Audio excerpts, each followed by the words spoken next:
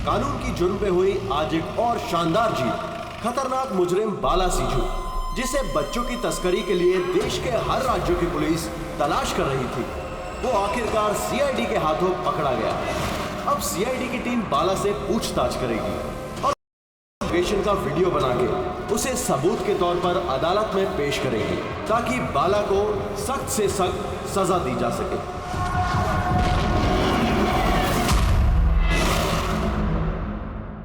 एक कप चाय ही मिलेगी? वो बच्चे कहाँ जिन्हें तूने बेचा है? मैंने किसी बच्चे को नहीं बेचा। बच्चे देश में है या विदेश में? मेरी चाय कहाँ है एसीपी साहब? देश में या विदेश में? बाला, उन बच्चों को सही सलामत उनके माँ बाप तक पहुंचाने की कसम खाई है हमने। अगर उनको कुछ हुआ ना, तो तेरे साथ वो करेंगे जो तू सपने में भी सोच नहीं सकता।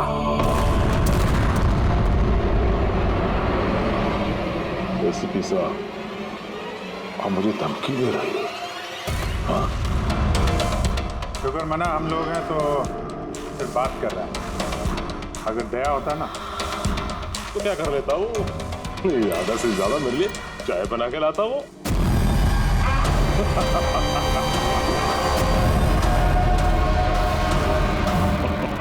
करनी जगह।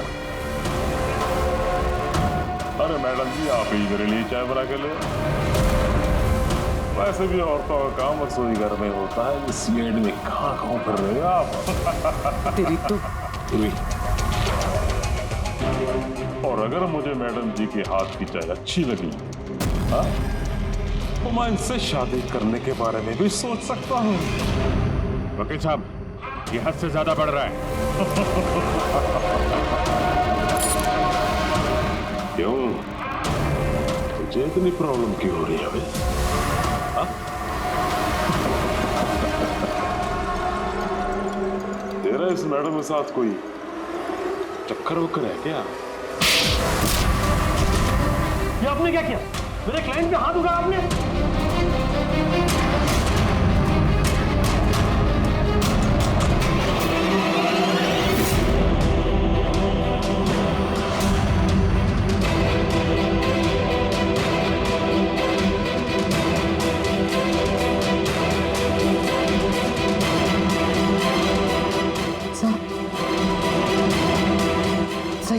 He's dead.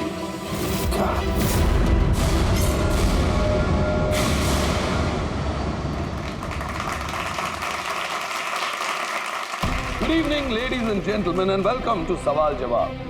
मैं आपका होस्ट अभय कुमार आपका स्वागत करता हूं। आज का विषय या डिबेट है कि क्या हमारे देश में कानून के रखवाले कानून से बड़े हैं? आप सब लोग ने हाल ही में इस केस के बारे में सुना होगा, जहां सीआईडी के सीनियर इंस्पेक्टर मिस्टर अभिजीत पर बाला नामक एक क्रिमिनल की मौत का इल्जाम लगाया गया। इसलिए आज हमारे साथ मौजूद है खुद senior inspector Abhijeet from the CID bureau, उनके साथ ही ACP Pradyuman ji, welcome sir, और senior inspector Daya CID bureau से। हमारे पैनलिस्ट हैं ex army officer mister Ranveer, ex IB officer Sanjeet ji और एक्स जज मिस मंदिरा, और साथ ही हैं क्राइम के सीनियर एडिटर मदन कुमार जी, और साथ में मौजूद हैं और सीनियर जर्नलिस्ट और ह्यूमन राइट एक्टिविस्ट। तो मैं शुरू करना चाहूंगा ह्यूमन राइट एक्टिविस्ट से। कहिए, इस केस के बारे में आपका क्या कहना है? इनके जैसे ऑफिसर्स की वजह से ही कानून का नाम खराब हो रहा है इस देश में। बिल्कुल ठीक। हाथ में गन या ताकत क्या आ जाती है, इन्हें लगता है कि अपने मनमर्जी करेंगे और मानव अधिकार की धज्जियां उड़ा देते हैं इन जैसे कानून के रखवाले। हाँ, मैं तो कहता हूँ कि इन पुलिस वालों से गन ही वापस ले लेनी चाहिए। गन चलाने की नैतिकता क्या होती है इन लोगों को समझ में नहीं आती। जी, मैं तो ये कहूंगा कि ये लोग सिर्फ राई का पहाड़ बना रहे हैं। बाला सीआईडी वालों के साथ बदतमीजी कर रहा था। अब ऐसे में अगर हाथ उठ भी गया तो इसका मतलब ये तो नहीं है ना कि अभिजीत पर खूनी बनने का ठप्पा ही लगा दें आप लोग। और किसी मुजरिम से होता गलती से एक खून तो क्या आप उसे छोड़ देते हैं, या फिर कोई आम इंसान से? नहीं ना। तो फिर जो नियम आम इंसान पे लागू होता है वो इन सीआईडी वाले पे क्यों ना हो? मिस मंदिर, आप कब से चुप बैठी हैं? इस विषय के बारे में आप क्या कहना चाहेंगे? अभय जी, मैं चुप इसलिए हूँ क्योंकि जिस सीआईडी टीम की बहादुरी की मिसालें लोग देते हैं, उनको आज यहाँ अपमान करना ठीक है क्या? देखिए, मेरे हिसाब से इस बहस का कोई अंत नहीं कि अभिजीत सही है या गलत। ये सब अपने अपने नजरिए पे डिपेंड करता है। अब मैं बात करना चाहूंगा एसीपी प्रद्युमन जी से, जिनका लंबा करियर जो देश के प्रति जिम्मेदारी और फर्ज से भरा हुआ है। इस केस में आप किसका साथ देंगे, सीआईडी के अभिजीत जी का या फिर कानून का?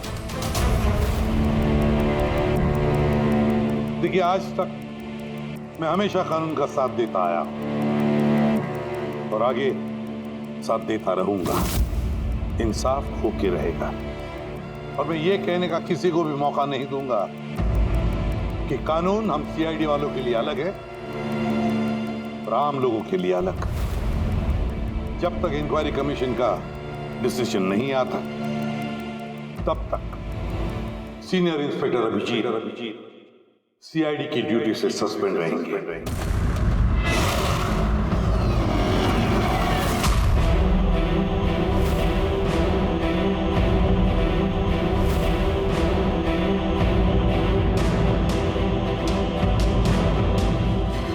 एक मिनट सर।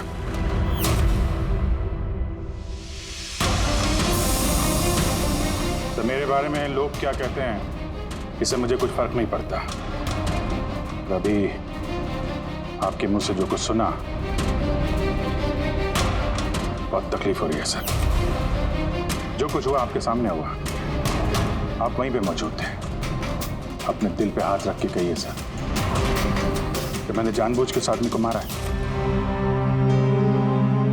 और अगर आपका जवाब हाँ है तो मैं बिना किसी अदालत के फैसले के खुद फांसी के फंदे के सामने जाके खड़ा हो जाऊंगा। अभिजीत, रिलैक्स। नहीं यार दया, बस अच्छा मजाक बना रखा है।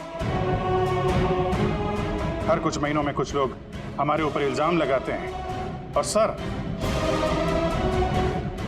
हमारा साथ देने के बजाय हमें सस्पेंड कर देते हैं। और आप लोग बड़ी बड़ी बातें कर रहे थे मानव अधिकार की। क्या कह रहे थे आप?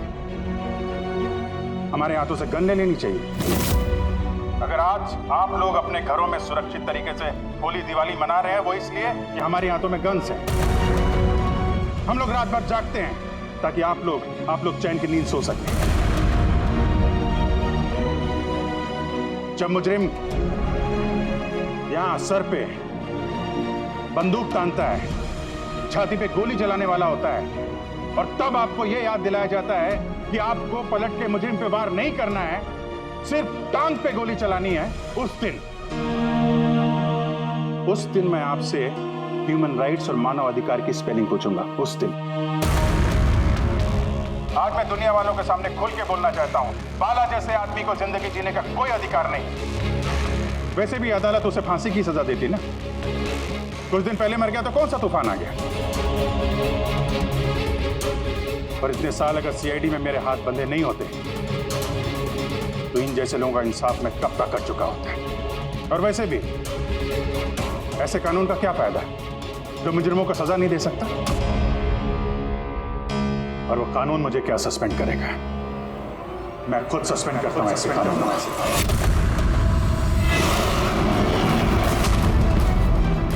दिल में जज्बा और जेब में इस्तीफा लेकर हमेशा घूमता हूं मैं।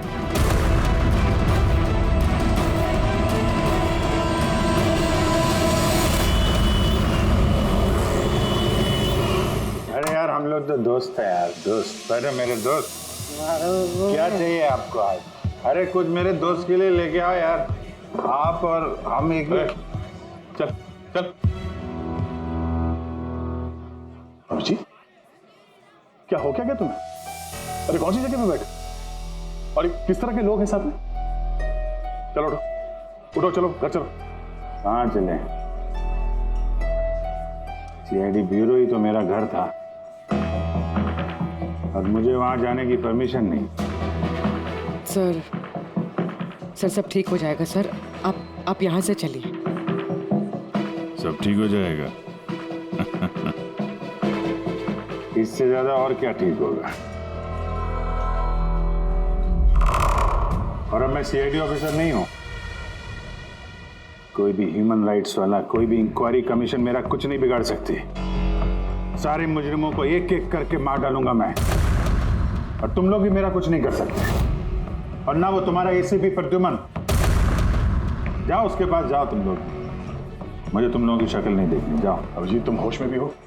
तुम्हें पता है तुम क्या बोल रहे हो?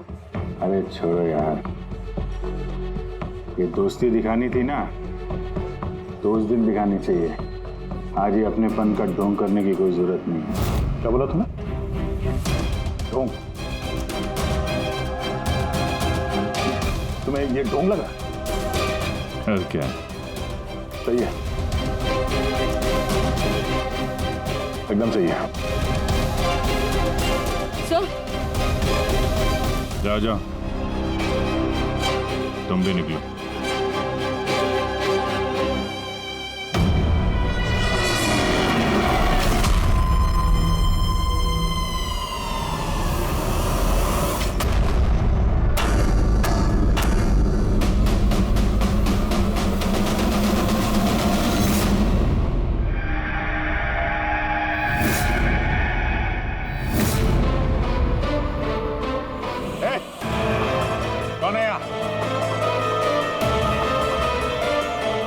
पट्टी क्यों बांध रखी है? बोलो मुझे, कहां लेके आ गए? कौन हो तुम लोग? खोलो मुझे।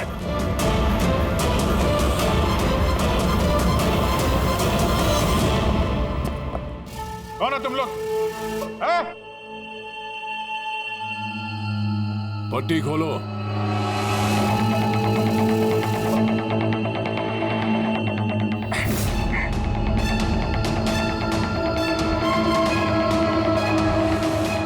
किसे किडनैप किया तुमने? एक सीआईडी अभिजीत, अब तुम एक सीआईडी ऑफिसर नहीं रहे। सीनियर इंस्पेक्टर अभिजीत सीआईडी की ड्यूटी से सस्पेंड रहेंगे। डरो मत, तुम्हें हमसे कोई खतरा नहीं। हमें अपना दोस्त समझो। दोस्त? आखिर हो कौन तुम लोग? सब पता चल जाएगा अभिजीत कि हम कौन हैं और तुमसे चाहते क्या हैं। वहां अंधेरे में छुपकर क्यों खड़े हो? हिम्मत है तो सामने आओ। हम अंधेरे में इसलिए हैं क्योंकि ये देश और समाज रोशनी में हमें हमारा काम करने नहीं देता। क्या मतलब? हम भी तुम्हारी तरह कानून के रखवाले हैं, लेकिन तुम कानून के दायरे में रह के काम करते हो और हम उसके बाहर। हम सीधा मुजरिमों का इंसाफ करते हैं, न कोर्ट, न कचहरी, न इंक्वायरी कमीशन, सीधे सजाए मौत। एक मिनट, ये तुम लोग क्या कह रहे हो? मैं कुछ समझ नहीं पा रहा हूं। पहचानते हो इसे? ये तो मालविका है, कहने को सोशलाइट, लेकिन कई आतंकवादी गतिविधियों से जुड़ी हुई है ये। Good, next. Rangan Banga real estate का बिजनेस दिखाने के लिए, और उसकी आड़ में ड्रग्स का लेन देन। विलियम? ये तो विलियम है। 7 मर्डर का इल्जाम है इसके ऊपर। That's right. मगर मुझे क्यों दिखा रहे हो इनकी तस्वीरें? मुझसे क्या चाहते हो? बताते हैं। पहले तुम जरा ये बताओ कि अगर तुम्हें ये पता चले कि इन मुजरिमों को कानून कभी सजा दे नहीं सकता, तब तुम क्या करोगे? अगर इनको कभी सजा नहीं मिल पाई तो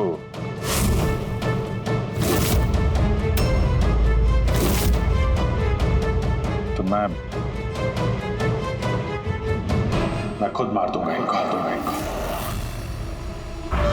वैसे भी किसी भी मुजरिम को इस धरती पे सांस लेने का हक नहीं है। सबको कुचल के मार देना चाहिए, सबको। Very good. तुम्हारे अंदर हम यही जोश और जुनून देखना चाहते थे। हम तुम्हारा दर्द समझ सकते हैं अभिजीत। अगर बाला गलती से मारा भी गया तो क्या फर्क पड़ता है, था तो वो एक मुजरिम ही ना। अब तुम ही बताओ अभिजीत, इतने सालों की ड्यूटी का ये जो सिला मिला है तुम्हें, क्या ये ठीक है? इनके जैसे ऑफिसर्स की वजह से ही कानून का नाम खराब हो रहा है इस देश में। और मानव अधिकार की धज्जियां उड़ा देते हैं इन जैसे कानून के रखवाले। हाथ में गन या ताकत क्या आ जाती है, इन्हें लगता है कि अपनी मनमर्जी करेंगे। नहीं,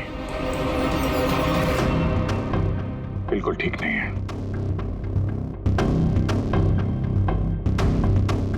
सिर्फ मैं ही जानता हूं सम्मान का घूंट पीने से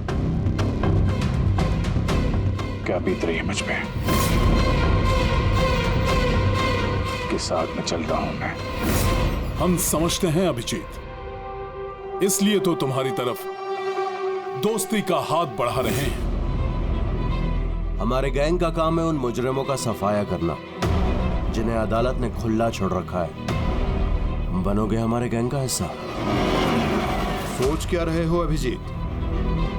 हमारा साथ दोगे या फिर उस सिस्टम का जिसने अनजाने में हुए एक हादसे के लिए तुम्हें सजा दी? मैं नहीं जानता कि तुम लोग कौन हो, पर जब लड़ाई जुर्म और मुजरिमों के खिलाफ है तो अभिजीत का जवाब हमेशा हाँ है। और इससे पहले तुम्हें अपनी वफादारी की परीक्षा देनी होगी। वफादारी की परीक्षा? कौन है आदमी? छगन आज तक 5 औरतों को मार चुका है और अदालत ने इसे दिमागी रूप में बीमार करार देकर रिहा कर दिया। लो रिवॉल्वर और चलाओ गोली।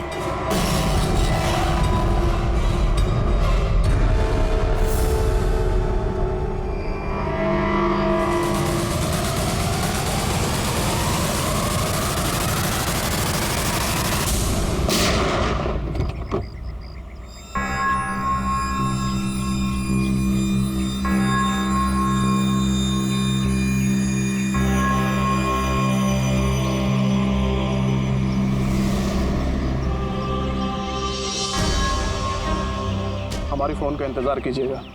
और हाँ, जो आपको तकलीफ हुई ना उसके लिए सॉरी। और एक बात ध्यान में रखिएगा, फ़ोन हमेशा अपने साथ रखिएगा। अगर बाथरूम जाना है तो भी।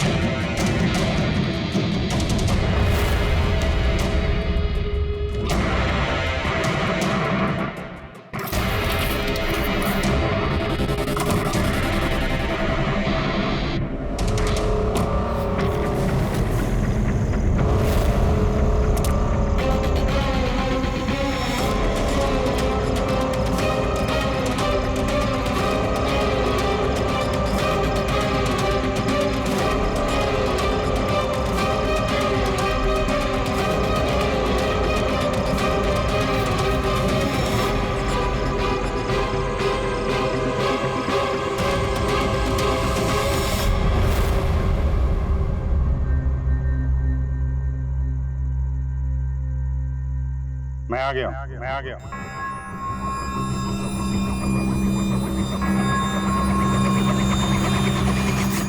हमारा अंदाजा सही निकला। मतलब जो कहानी हमने फैलाई थी वो मान लिया उन लोगों ने, और चारा ही क्या था। जिस जाल में वो लोग फंसे हैं उसे हमने 1 महीने पहले ही देखा था। सर, इतने खतरनाक मुजरिमों का एक के बाद एक ऐसे खून हो जाना, ये संयोग नहीं हो सकता सर। सर, इन सब मुजरिमों का ये नया दुश्मन कहाँ से आ गया?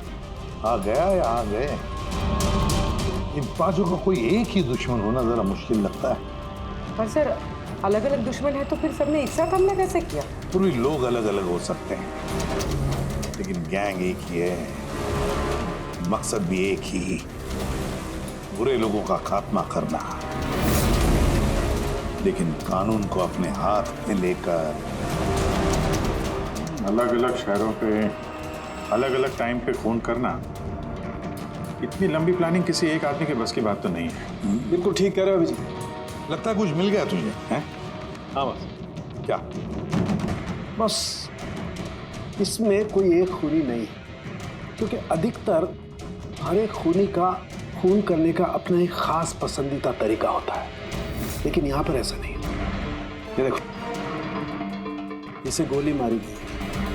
गोली बहुत दूर से मारी गई है, लेकिन गोली सीधी जाकर के दिल में लगी है, 1 इंच भी इधर उधर नहीं। दूसरा, इसे मार्शल आर्ट के किसी एक खास मूव से मारा गया है, बहुत ही खतरनाक, एक झटके में चित।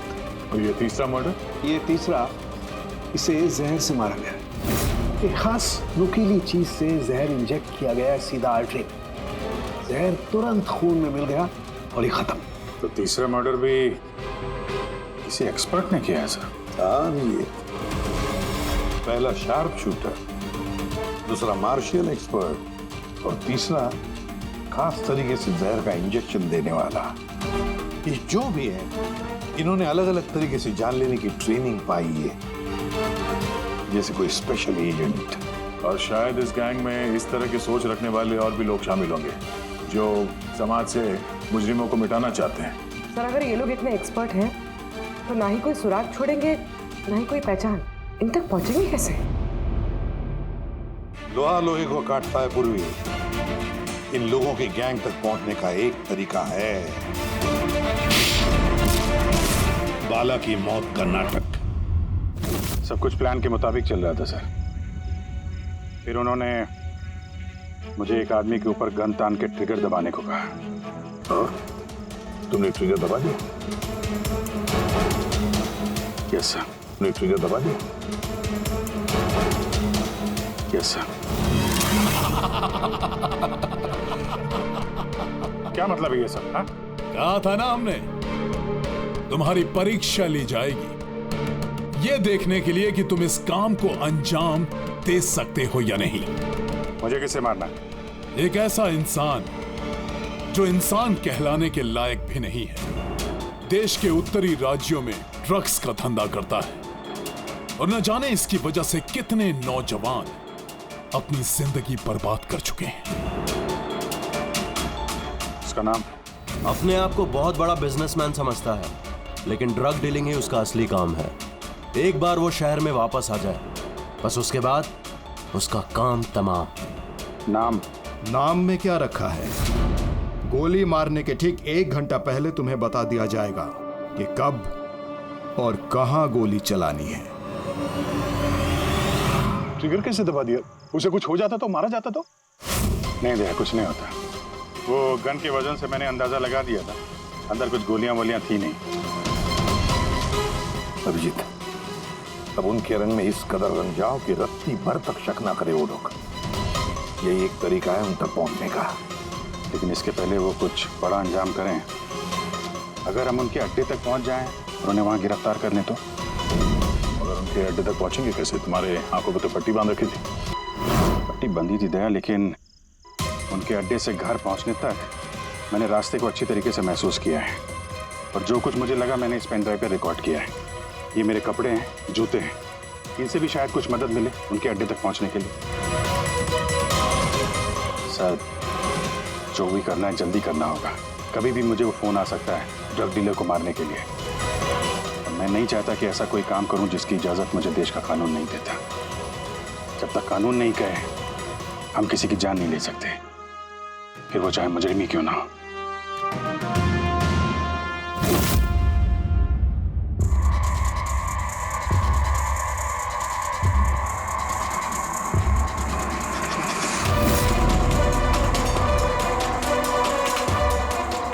ध्यान से सुनना।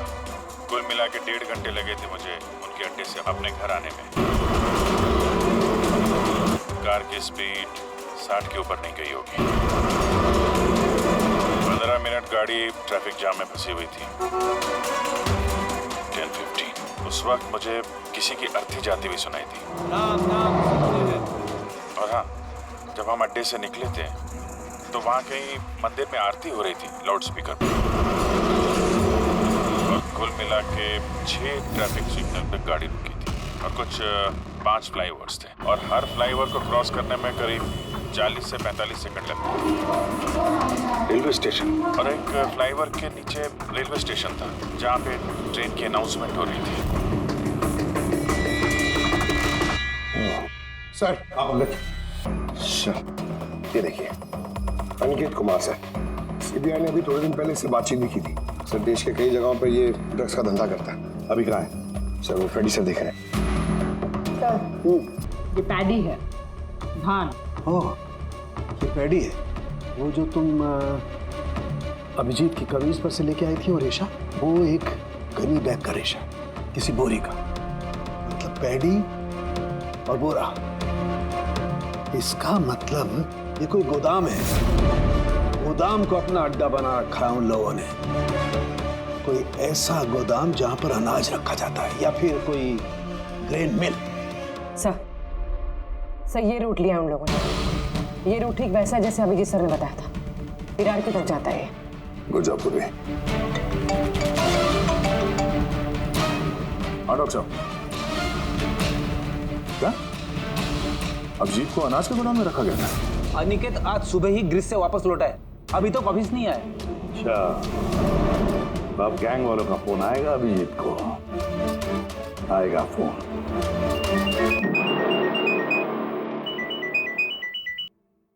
हेलो, आपके लिए एक खुशखबरी है अभिजीत सर। जिस घड़ी का आपको इंतजार था वो आ गई है। आज आपके शुभ हाथों से एक मुजरिम को सजा मिलेगी। ठीक 1.5 घंटे के बाद एक काले रंग की गाड़ी आएगी आपके पास और बता देगी कि आपको किस पे और कहां गोली चलानी है। मगर राइफल कौन सी है? क्या फर्क पड़ता है राइफल कौन सी है? आपको तो सीआईडी ट्रेनिंग में हर किस्म की ट्रेनिंग दी जाती है ना। मैंने ट्रेनिंग तो मुझे सारे हथियारों की है, लेकिन मेरे पास सिर्फ एक ही चांस है गोली मारने का। तो अगर मुझे पता हो हथियार कौन सा है तो थोड़ी आसानी होगी। RS 451। Okay, RS 451।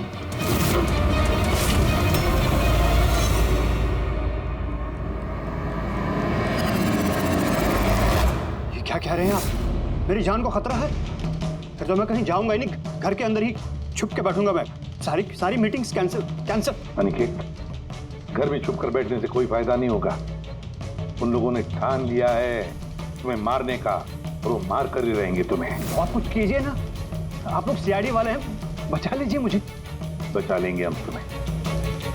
सिर्फ इस बार गोली हमारा ऑफिसर तुम पर चलाएगा।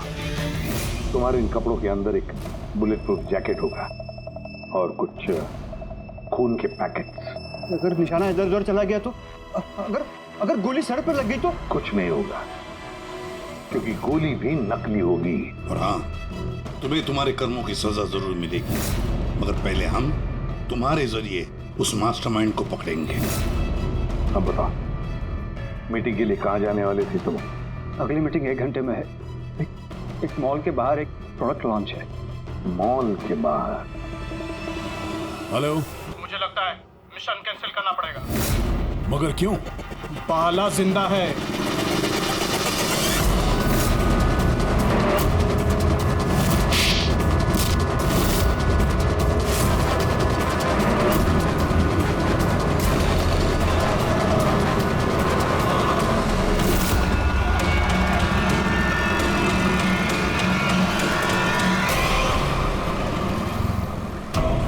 बहुत बड़ा धोखा हुआ हमारे साथ में। अभिजीत के हाथों किसी का खून हुआ ही नहीं है। प्लान कैंसिल नहीं करेंगे आप। सीआईडी और अभिजीत को इस धोखे की बहुत भारी कीमत चुकानी पड़ेगी।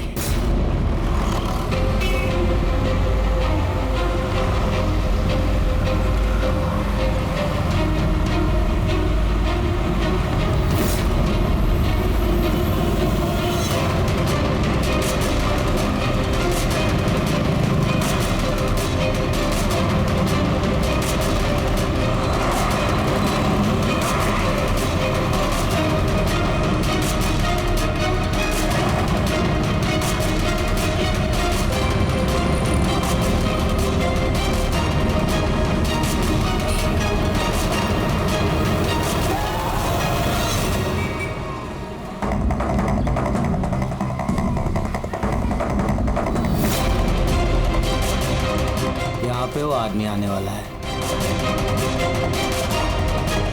पर वो आदमी आया कौन? सब्र रख, पता चल जाएगा। चल तुझे वो जगह दिखाता जहाँ से तुझे गोली चलानी है उस पर।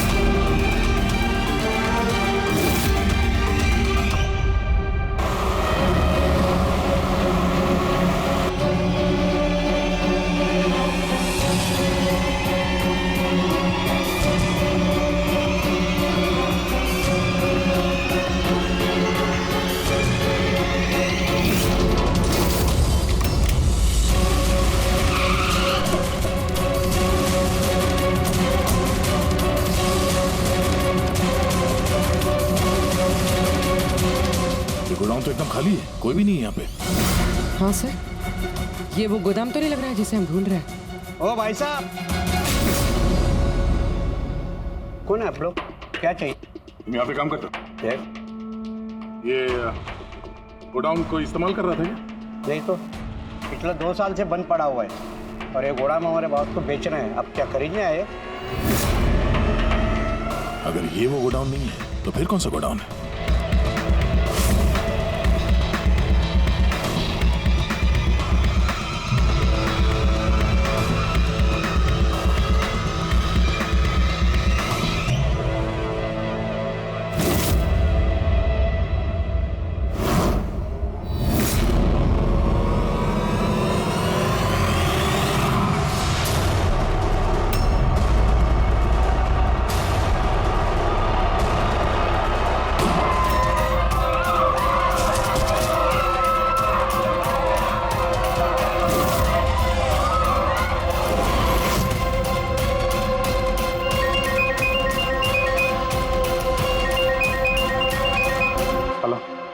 अभिजीत, तेरी कामयाबी के लिए अनिकेत की टिकट कट चुकी है।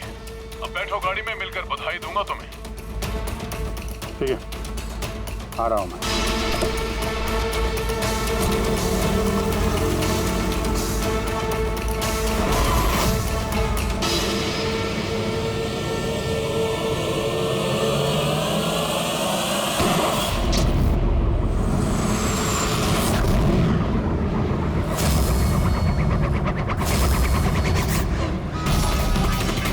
पंकज, पूरा छोड़ना नहीं।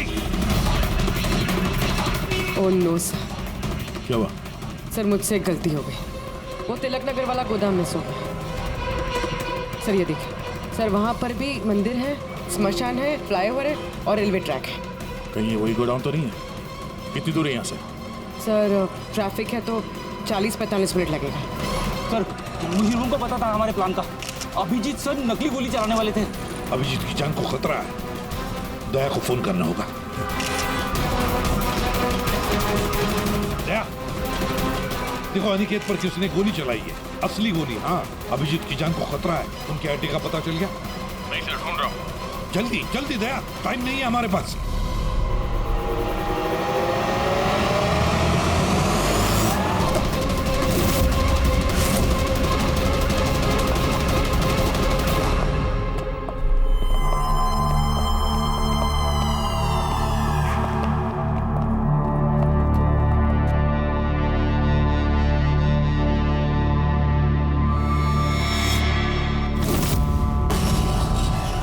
बहुत बहुत बधाई हो तुम्हें, वेल डन। अनिकेत के मौत की खबर हर न्यूज चैनल पर छा गई। और अब तुमने हमारा विश्वास जीत लिया है। इसलिए अब हम अंधेरे से रोशनी में आकर तुमसे अपनी पहचान करवाएंगे।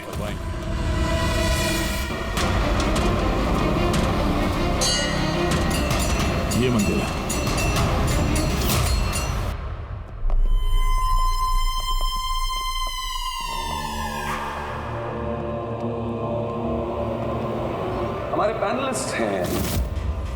X IB officer Sanjeet ji, ex जज miss Mandira, ex army officer mister Ranveer. Oh, तो आप लोग हैं? हाँ, हम। क्यों? हैरानी हुई हमें देखकर? भूल गए उस दिन जब सिर्फ मैंने तुम्हारा समर्थन किया था?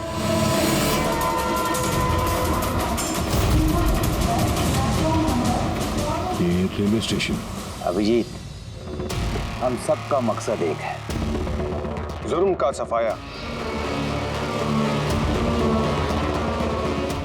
मगर आपके ये चौथे साथी, इनको क्या हुआ है? ये सामने क्यों नहीं आ रहा है? मैं सामने आऊंगा भी नहीं, क्योंकि तुम एक धोखेबाज हो।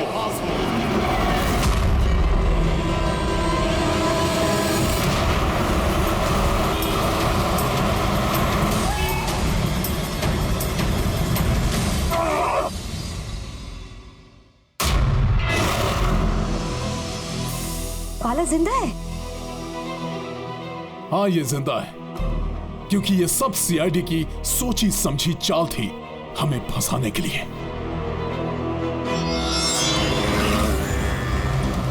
और ये स्मशान भूमि। और अनिकेत? वो भी जिंदा होगा।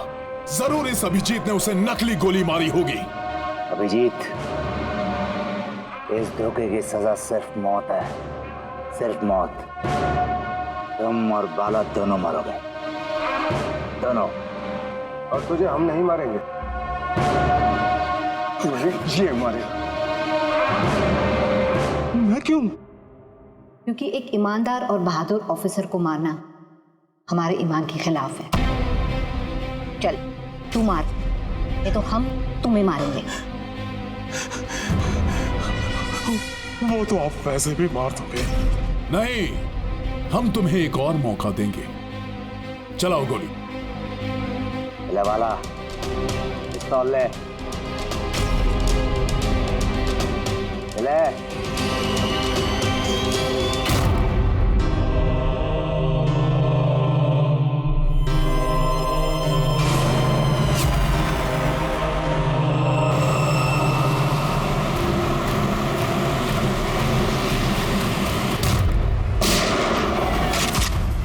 कोई नहीं भागेगा। चल। मैं आपका होस्ट अभय कुमार। हम लोगों ने जो कुछ भी किया उसका हमें बिल्कुल अफसोस नहीं। हम लोग भी देश के लिए कुछ करना चाहते थे, जैसे आप लोग करना चाहते हो। देश के लिए कुछ कर गुजरना बड़ी अच्छी बात है, पर जो रास्ता तुम लोगों ने अपनाया ना, वो गलत है, कानून के खिलाफ है। तो कानून कौन सा 100% परफेक्ट है?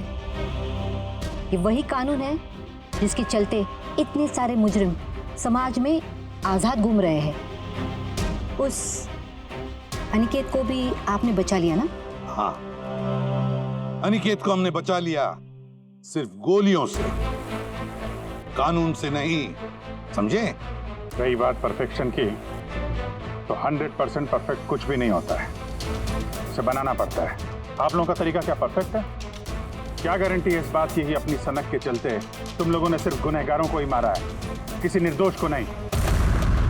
अब उसी अदालत के सामने जाकर अपनी शिकायत पेश करना, उस अदालत से जिससे तुम इतने परेशान हो। अब वही अदालत तुम्हारा इंसाफ भी करेगी। अब पता चलेगा तुम लोगों को कि अपने देश के कानून की मर्यादा का एहसास क्या होता है। केस बड़ा ही पेचीदा था सर। हाँ, तो मुजरिम भी तो पकड़े गए और एक केस खत्म। चलो भाई, घर नहीं जाना क्या? मगर अभी एक अपराधी को पकड़ना बाकी है। क्यों दया? Hello CID. कौन है आप लोग? क्या चाहिए? मैं विक्रांत हूँ, क्राइम टीम से। हमें यहाँ की तलाशी लेनी है। ये सर्च वारंट है। तलाशी?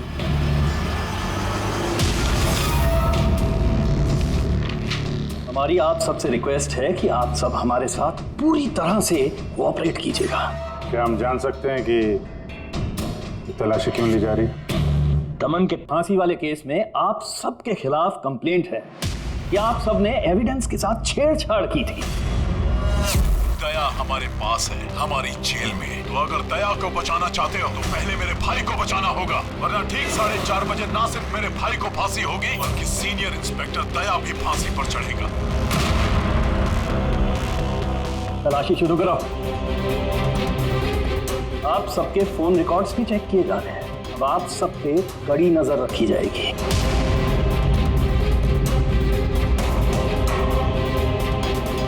और हाँ, आप सबके साथ अकेले अकेले सवाल जवाब भी किए जाएंगे। मेरी आपको पर्सनल सलाह है, जो भी बोलना बिल्कुल सच बोलना। ये सीआईडी का फ्यूचर तय करेगा। सीआईडी से हैं, कोई पानी का बुलबुला नहीं। और तुम कौन होते हो हमारा फ्यूचर तय करने वाले? सीआईडी की बुनियाद सच की नींव पे टिकी है, झूठ बोलना हमें आता नहीं। हाँ हाँ पता है, आप सीआईडी वाले हो, पता है।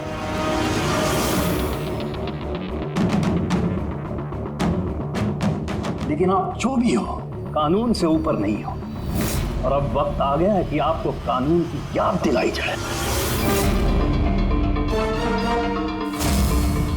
क्या पता है हमें, हम कानून से ऊपर नहीं, पर हम कानून के रखवाले हैं। कानून के रखवाले हम सीआईडी वाले, और हम गर्व से कहते कि हम सीआईडी वाले हैं। और हमारे खून का एक एक कतरा सीआईडी को और इस देश को समर्पित है।